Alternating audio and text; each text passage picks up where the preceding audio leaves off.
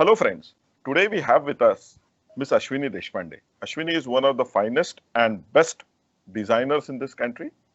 In 1989, she co-founded Elephant Design, which is now associated with products like Paperboat, Kurkure, Plasmo, and many more. Elephant Design has now been also awarded or considered to be India's best company, product design company by Economic Times Group. So Ashwini, thanks for sparing time. Welcome to the discussion. Thank you so much. Happy to be here. So Ashwini, when we were talking some time back, you said that every youngster should be aware about basic concept of design as it will help them in their Sure. day-to-day life. So would you like to elaborate why I should know basic concepts of design? Yeah, I think this is my most favorite part of answering anything at all. The thing is, all of us, right from the moment we wake up in the morning till the time we go to sleep, and even while we are sleeping, we are using various things, various objects, various services, various apps. All of this is actually consciously designed by somebody, but we don't realize it, and we don't therefore realize the power of or the integration of design within our lives. And many a times when things go wrong, that is really when we start realizing that something has not fallen in place, and what could that be? And many a times it is design. So, for example, currently the situation that's all around us, and we are wondering why is it that we were not prepared? And here is what I would like to say as a definition of design. Design is an activity which is a planned, methodical action to solve a challenge. And if you look at design in that sense, then you would know that design is all around us. You know, the headphones that I'm using, to the monitor you are seeing me on, to the device that you have in your hands, to probably the fan that's moving on your head, all of this is designed, and all of this actually solves a particular challenge. Now, some of these are good designs, some not so good designs. Until we all really become aware of the power of design and how it can improve our living, we will not become demanding towards what design does for us. And unless we do that, we will not be surrounded by good design. So, which is why I believe everybody needs to be aware of what is good design and demand that they get good design in their life. But we are all not very creative, right? Very few people are gifted in a sense. So how we can do actually design? And if you are really looking at design, then it's sometimes considered actually orthogonal to a methodical thought process, which we technologists are trained to do. You know, we first analyze, then we go step by step.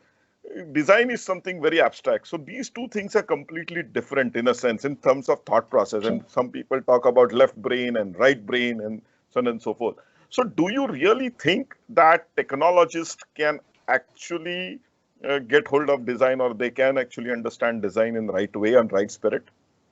Absolutely. I think I'd like to go back a few years in everybody's lives. So when we were children, all of us were very, very creative because we were very curious and we wanted to understand the world with an absolutely new, fresh mind because we had no preconceived ideas, we had no biases. And at that time, when we used to draw something, or when we used to play, or when we used to create scenarios with our friends and live within those scenarios, uh, I think all of us were equally creative. Now, what happens is that over the years, as the kind of education that you go through, the kind of filters that are put around through education, through families, through expectations, we start channelizing our mind and energies into certain kind of thoughts or certain ways of doing things. But intrinsically, all of us are born creative. We just need to reach out that part of ourselves to take out something which is called creative by the conventional sense. And I'd like to recommend a book called Creative Confidence by Tim Brown, where he actually tells each one of us on how to bring out that creativity that is dormant within us. We've sort of forgotten how to be creative, how to be curious, how to solve challenges in an interesting way. And if you just go through that method, uh, I think all of us can bring out that creativity. You don't need to draw well to be creative or to be a designer. You just need to be able to think differently. And I'd also like to say here that I think each one of us does face challenges and solves in his or her own way. And if you say right brain or left brain about design and technology, I would say design actually is on the cusp of both, because you have to be able to understand a challenge or a problem, you have to be extremely analytical and focused on your method. But the moment you have identified the true challenge and you have identified the feasibility and possibilities, then you have to unleash your creative self to be able to solve it differently, to be able to do something that has not been done before, that has been an unmet need, and you're able to solve that. So it's kind of a combination of left and right. It's not only creative, it's not only analytical. You have to be able to do both. Ashwini, you started Elephant Design about 31 years back, 31 years back, Yes, yes, maybe 89, which was a pre-liberalization kind of an era in India. absolutely. Hardly anyone at that time spoke about designs and the kind of products which we see, True. which are designed in India in 1980, 1990. They look very primitive in a sense. So when you started this design firm, did you really expect people to pay for something like design?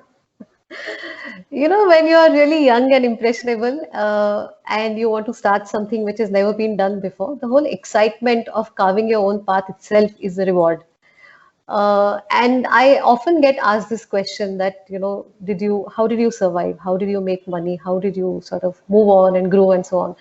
And I think when you're getting to do something extremely exciting, something that you like, something that you believe is changing the lives of people in a positive way, that reward itself is enough to cover a whole lot of lacunae in terms of your pay package. But having said that, I often get asked this question by mostly aspirants of design or parents of children who want to go towards design. And the question is there scope in design? Yeah, And means how much this money Ashwini makes. exactly, That's what. exactly. That SCOPE is actually MONEY. Is there money really? And I would then turn around and ask that, there is no scope in any profession. No, there is no scope in design. There is no scope in engineering. There's no scope in anything in that sense. There's no money in anything. The scope is within yourself. So there are as many successful engineers as there are who are not so successful in the conventional sense. There are as many extremely wealthy doctors as there are who've chosen a different path and yet they are successful in their own way. So it is about the kind of grit you have inside you, the kind of passion you have inside you, and the kind of excitement you have in solving what you've got in your hand.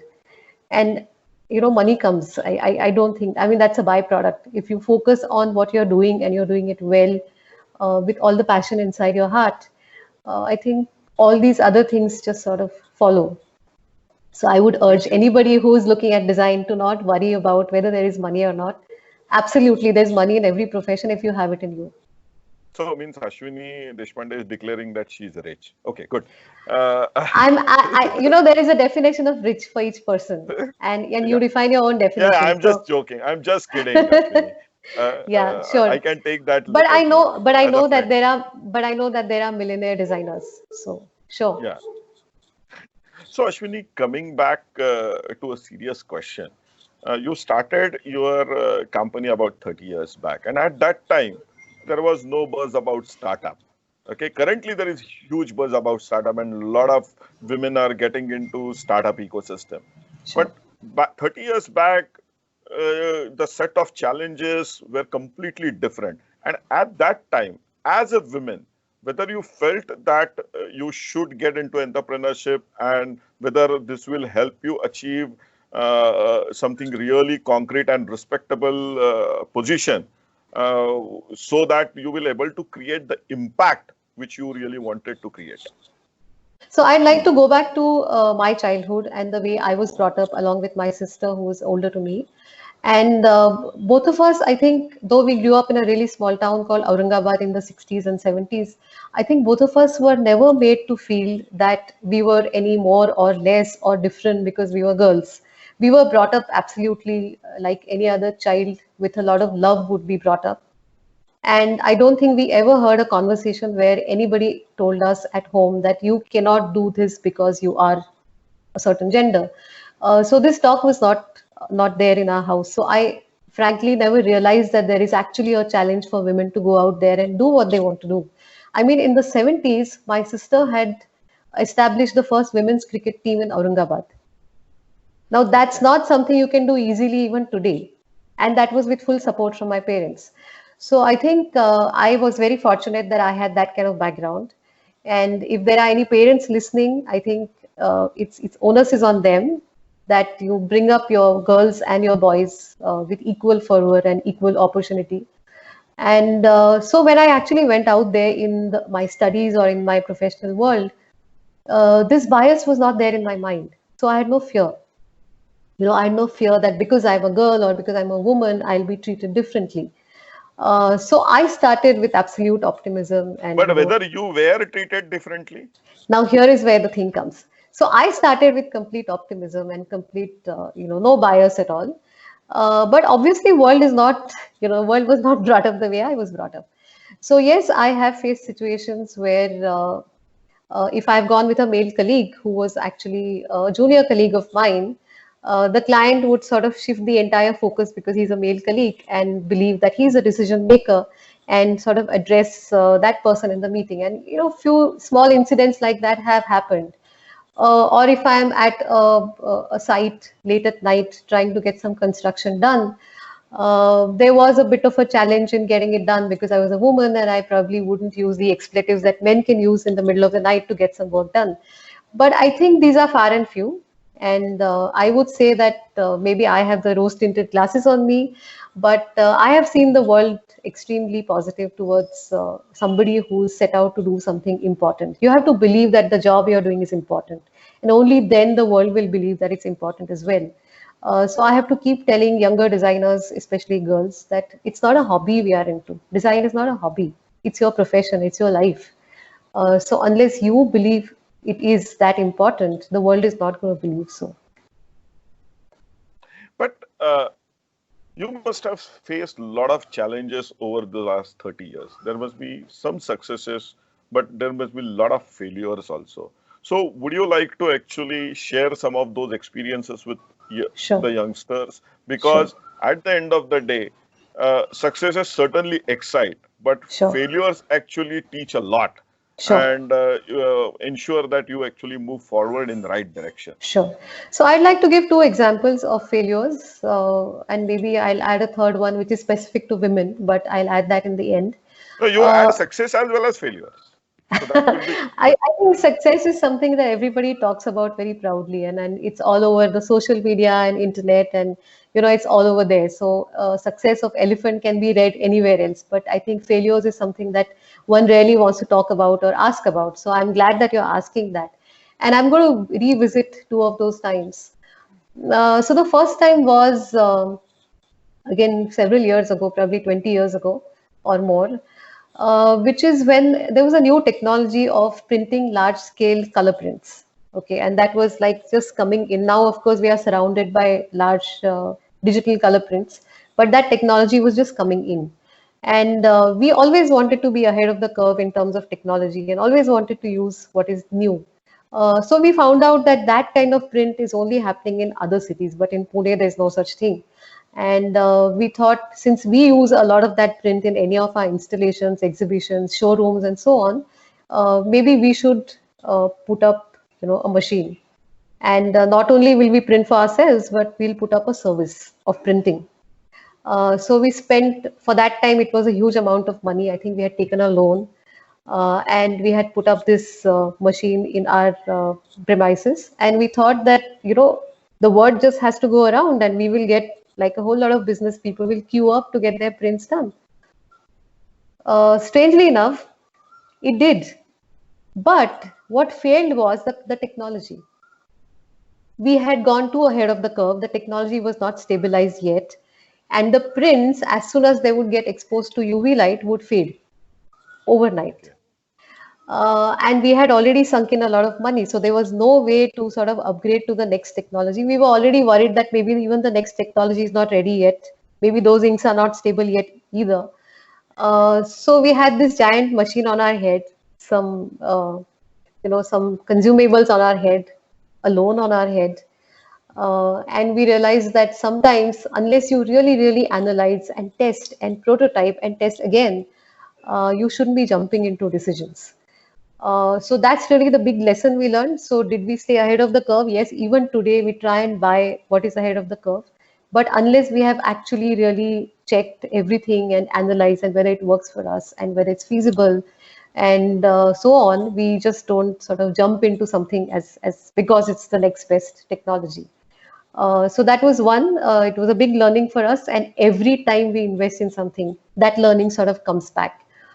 The second one was well, this was another interesting one, and as failures come and go, I say that there are some good failures and some bad failures. So sometimes you learn. Good failures are where you learn from. Bad failures are when you keep making the same mistake again and again and again. I think those should not be talked about. But second failure, which is, and like I said, I would add that angle of especially working with a lot of women. So Elephant has always been an equal opportunities company. We have strangely an equal good gender balance. We always have equal number of men and women as we go along.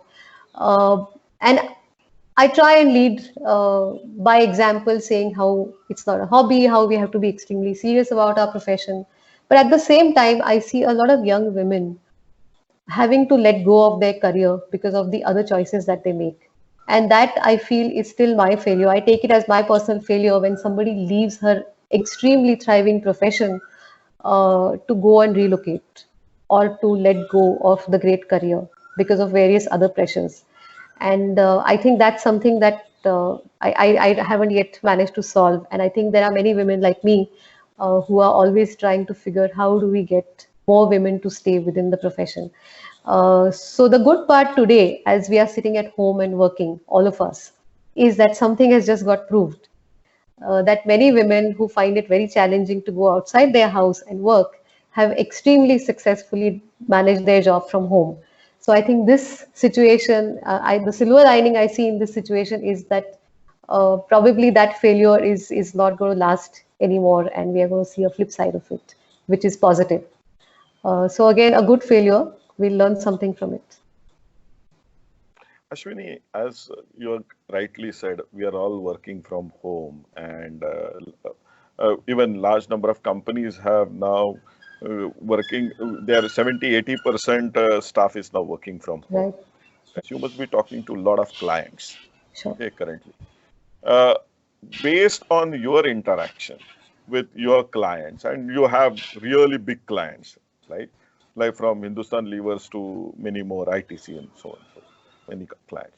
So, what kind of impression you get from them about the post-COVID world and how the business will evolve in this post-COVID world?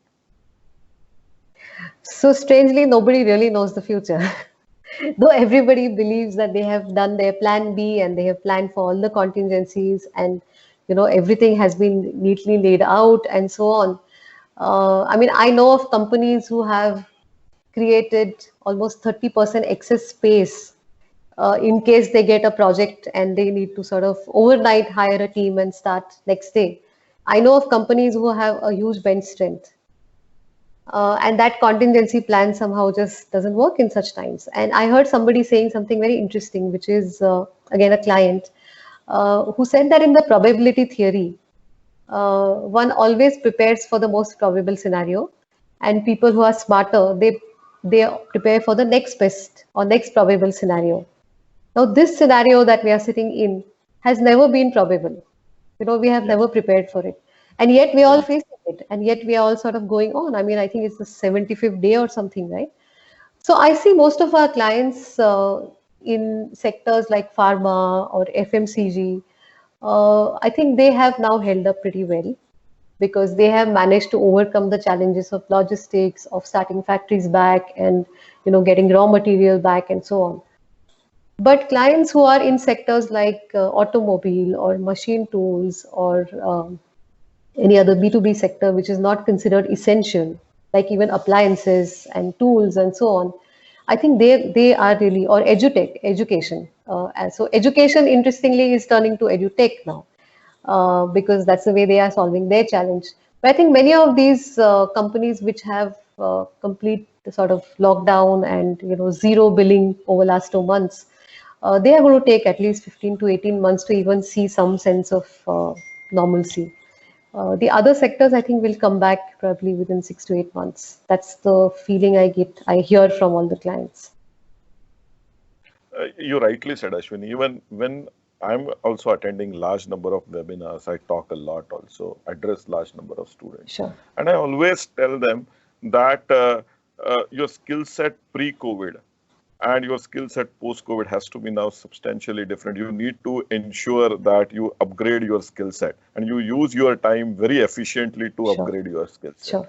Considering design and large number of technology students or non-technology students which we have more than 3.5 crore students in higher education sector. Sure. And equally large number of professionals, young professionals who are just out of college, Right. doing their job or have 2 or 3 years of experience. So what is your suggestion or advice to them that what they should do so that they remain relevant in this world and from a design perspective also, how they can blend their technology with design or something which will give them an added advantage or an edge against others. Sure. So I think first of all, stop seeing fake news. This university of WhatsApp is not really doing well for us.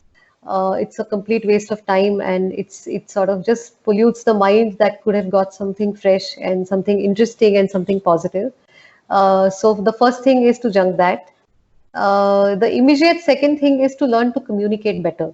Because if we are going to be in this world of working from remote or working with masks on our faces, sitting next to each other, then we have to really, the skill that we really need to learn, and there is no way you can do without it, is communicate well.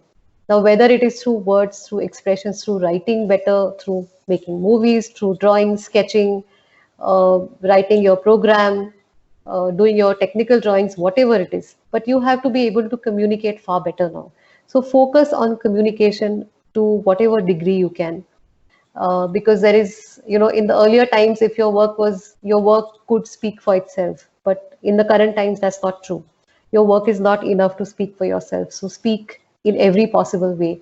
So that's the first thing I would say. The second thing I would say is that there are going to be challenging times if you're seeking jobs or internships in the coming years. So then, how would you use your time well? So, like in design sense, what we say is that you have to keep your pencil sharpened all the time because you never know when you have to actually use it. So, whatever be your tool, I think mind is our best tool, of course. So, we have to keep our mind sharp. And we have to try and visualize, or like you said, you attend webinars, and I think all of us have been doing that. We have to visualize what is it going to be a year from now or 2 years from now. What kind of new challenges world is likely to be facing, and therefore what kind of new solutions we are likely to need. So certain skills that we had used a lot of time in learning are probably of no relevance anymore. But there are going to be newer skills, and whatever be your specialization, your liking, your interest, see what it is going to be like in 2 years' time or even a year's time. And at that time, what is that pencil that you're going to need? Try and sharpen that. Try and understand and try and sharpen it. A lot of courses online are free right now or at a minimal cost. Use the time well, do those courses. It is always going to be useful for that. So, yeah, that's what I would say. I think let's close down on this positive note, Ashwini. Thanks for sparing time. Sincerely appreciate. It was really a pleasure talking to you. Thank you so much. Pleasure was mine too. Thank you. Good day. Thank you. Jai Hind.